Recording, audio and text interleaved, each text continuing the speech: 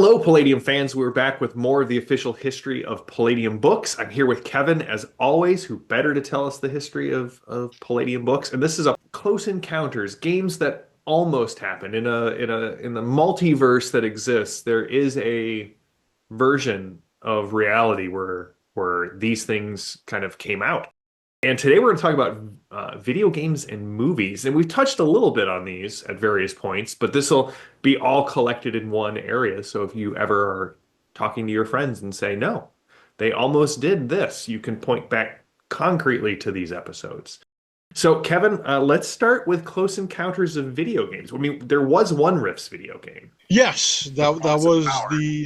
the Promise of Power for the N-Gage, which was a really great game. They put a ton of work into it, a ton of effort.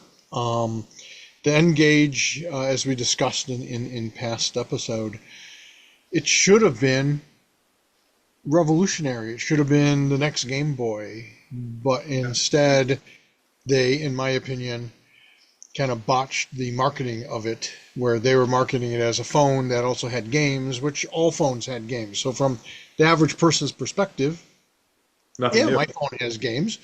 Yeah. Not Sonic, not Rifts, not Yep. Spider-Man or X-Men or Grand Theft Auto. They had all that stuff. It was amazing. And it should have been, really cool. It would have been the first game that had Bluetooth. It would have been the first mobile game that had multiplayer capabilities, hence the name N-Gage. Yeah. The N-Gage Arena, where up to 4 players could play and either play together against a game or play against each other. It was a real shame. We were really excited. And Mark Friedman, there's been 2 occasions where we're meeting with some big shot at a game company that wants to license our stuff. One time was with which we'll talk about in a minute, was with Bruckheimer Films Right? and the Rifts movie option through Walt Disney Pictures for JB Films. And the other time was with N-Gage, and in both cases, the person we're talking to says, or begins to say, well, we're going to make you millions. And Mark Friedman's like, no, don't say it. We're going to make you millions of dollars. And Friedman would be like, oh. You have just officially jinxed this whole endeavor. Because every time Mark has cut a deal and the person says, we're going to make you millions of dollars, it never happens. I mean, the deal happens, but something goes awry, and it's just we don't see millions of dollars, and we did not see millions of dollars of the Disney deal, and we did not see millions of dollars of the N-Gage, and it was very, very disappointing.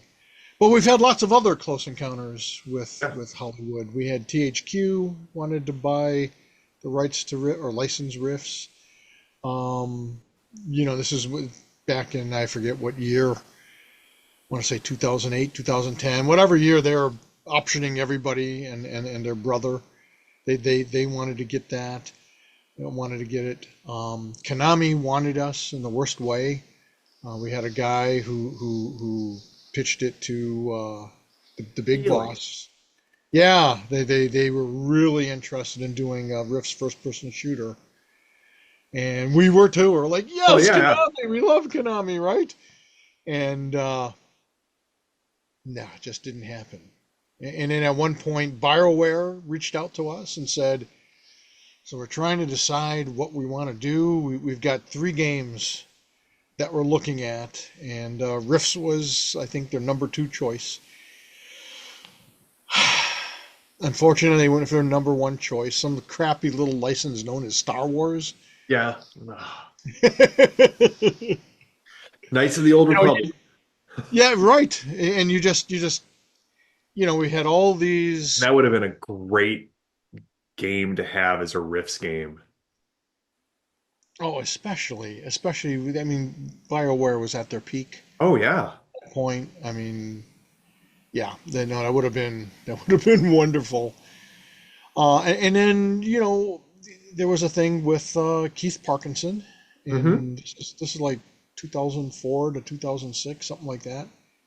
And Keith and I had kind of fallen out of touch, and we hooked up again at a Gen Con and had a really nice time, and our lives were kind of taking similar moves. And it was funny because I'm at this show at Gen Con, and it's just before the exhibitor hall opens up, and I'm like, Keith, I didn't know you'd be here. And he's like, Kev, I only have 15 minutes, man. I got to set up my booth.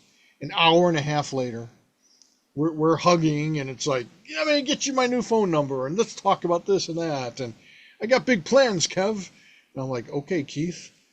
And so Keith Parkinson, as well as doing D&D work and paperback covers and a lot of things, he was a very versatile guy. He had done a lot of the advertising art and I think a bunch of the concept art for EverQuest. Oh, yeah. And when EverQuest kind of broke off, the design team kind of broke off. And I don't know if this was when EverQuest was still in business or they were on the skids or what, but anyways, Keith got involved with some of the guys at EverQuest who had started a new company. I think it was called Sigil. And Keith had pitched Rifts to them. And they said, yeah, let's do a Rifts MMO. And so I'm like, yes, let's do a multiplayer online game for sure. You know, this will be wonderful. And everything was moving forward on that. They were about to launch their first game, which didn't do as well as they had expected. And then to complicate matters, Keith had gotten sick. He had leukemia, and he had to find a bone marrow donor that would be a match. And that took forever. They really struggled with that. And finally, they got a bone marrow donor, and he got the transplant and called me up, I don't know, like a week or two after the transplant, I think. And it was like, Kev, he sounded great. Because I haven't felt better. I feel like I'm 26 again. And like a month later, he was gone. Yeah. I guess when a bone marrow transplant doesn't take, that's it. Yeah, it goes south quickly.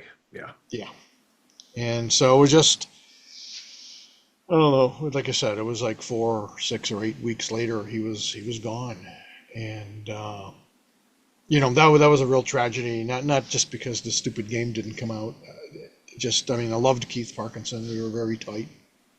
And we talked at least once a week. And you know, it was great to have my friend back.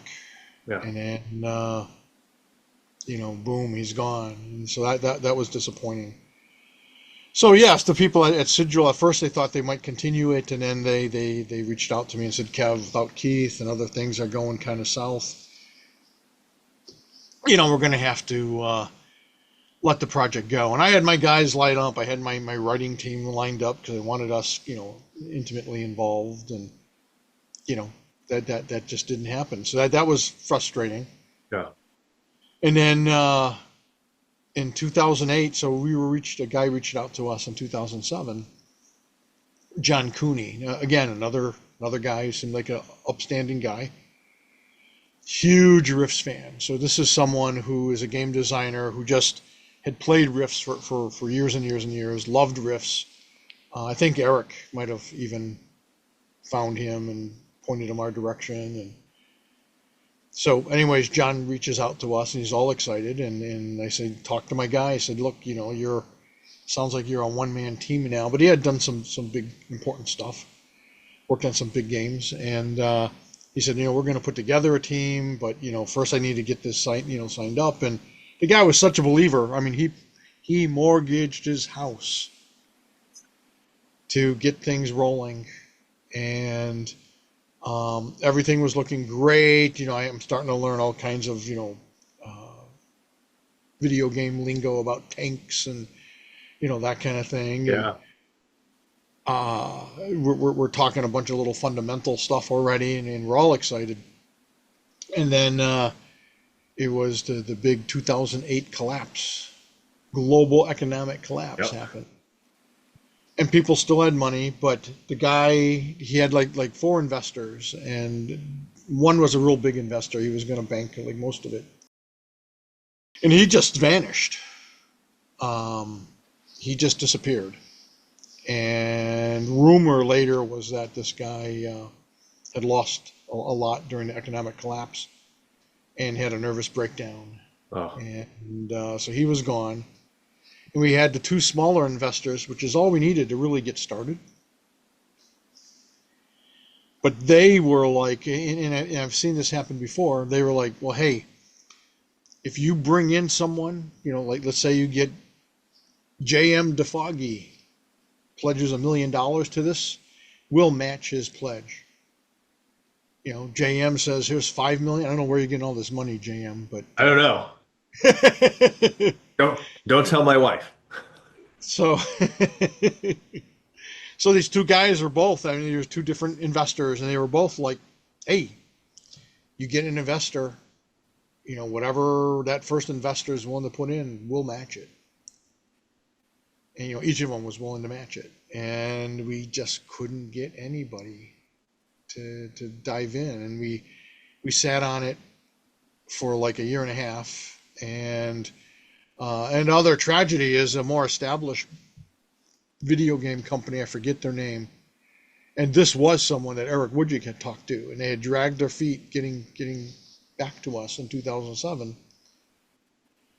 So I had literally signed the agreement with Lone Star Games and John Cooney the day before these guys reached out to us and said, we have big plans. We already have an established studio. We've worked on X, Y, and Z, and what we want to do. And it was smart. It was the perfect plan. They're like, we want to start with a strategy game, Rift strategy game, because that was sort of their area of expertise. And then we want to do a first-person shooter, because they wanted to build up the brand before they went into an MMO. Yeah. And I'm like, well, if you can give me 6 months, a year to see what happens with this guy, I don't think he's going to be able to get the financing, but we just signed a deal, come on. And they're like, no, we got to act now. And I said, well, my deal with him is MMO. How about you guys do just strategy game and a first-person shooter? And then if the MMO falls apart, you're all set, and really we can't take that chance. We want all three. That's the plan, is to do all three. And if you can't commit now, and I couldn't pull the rug out from under this guy. I mean, like I said, of course he not. mortgaged his house Yeah. for $100,000, and very disappointing. So we've had a lot of close calls with video games and Hollywood. Well, and I can only imagine it's even more disappointing for you than it is for the fans. I mean, we as fans would have loved to see a Rifts movie or a Rifts video game, but not even from the monetary side, just to see your product, your product, your world come to life in someone else's arena would have been. Oh no, it's a kick. I mean, Yeah. so Nokia, they invited me down to their studio, and I get to see all this 3D stuff, and it was funny because they were afraid to bring me in, because sometimes when you bring in the creator, the person can be a jerk or doesn't understand that we're translating this into a new medium. Yeah. It can't be exactly the way the role-playing games are. And I walked in there's door, and I'm like a little kid in a candy shop. I'm like, oh, show me more, you got 3D renders of what characters? And they're like, oh yeah, hold on, Kevin, let me pull it up. And they were so excited. I guess afterwards they were like, man, it was the best thing we did bringing you in, because you got everyone so revved up. You were so on board. You were so excited about it. You got everyone else excited about it. Oh, that's awesome. And it was beautiful. And it's super exciting to see other people, well, when it's done right. It's a nightmare when it's done wrong. But we try to pick good licensing partners, and Pinnacle's done a really good job, and then Nokia did a wonderful job. There are a few funky things, like why they changed the Glitter Boy and give him what looked like a headlight in the middle of his face. Yeah. I don't know, but they really wanted that bad for some reason, and I'm like, that's fine. It's everything else looks like a Glitter Boy. There's no doubt it's a Glitter Boy, just some weirdo Glitter Boy. And then they created the Elemental Fusionist and asked Which us is now a part of Rifts canon. Yep. So that was all cool. And the stories were great. I mean, there was like 64 official hours of playtime. And then one of my friends, Joe Bergman's, he actually played every possible contingency. And if I recall correctly, he said there's actually like 80 hours of gameplay Oh, if you wow. play through every variant scenario. That's amazing, especially for a Yeah, mobile that's game. great. Yeah. Yeah. So, it is what it is. And, you kind of just, when you start, so here's the thing, is when you start getting into big business and the entertainment business, like video games are bigger than movies these days. That's true. And, Hollywood is just, that's a whole nother land, a land of Oz. And when you start dealing with these big companies and entertainment moguls, everything is just kind of a crapshoot. I asked my friend Ross and Marshall Thurber once, how does any movie get made? And he's done things like Dodgeball and Red Notice and a bunch of other great stuff. We're the Millers, and he says it's part of it's luck, pure luck. Hmm. It's getting the right people, and then making the movie is organized chaos. Because he's a writer director, so he says, yeah, it's like you're organizing and directing, coordinating a small army of people. Yeah.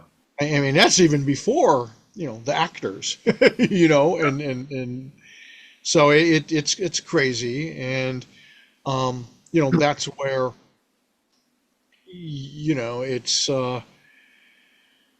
it's exciting, but you never know. Like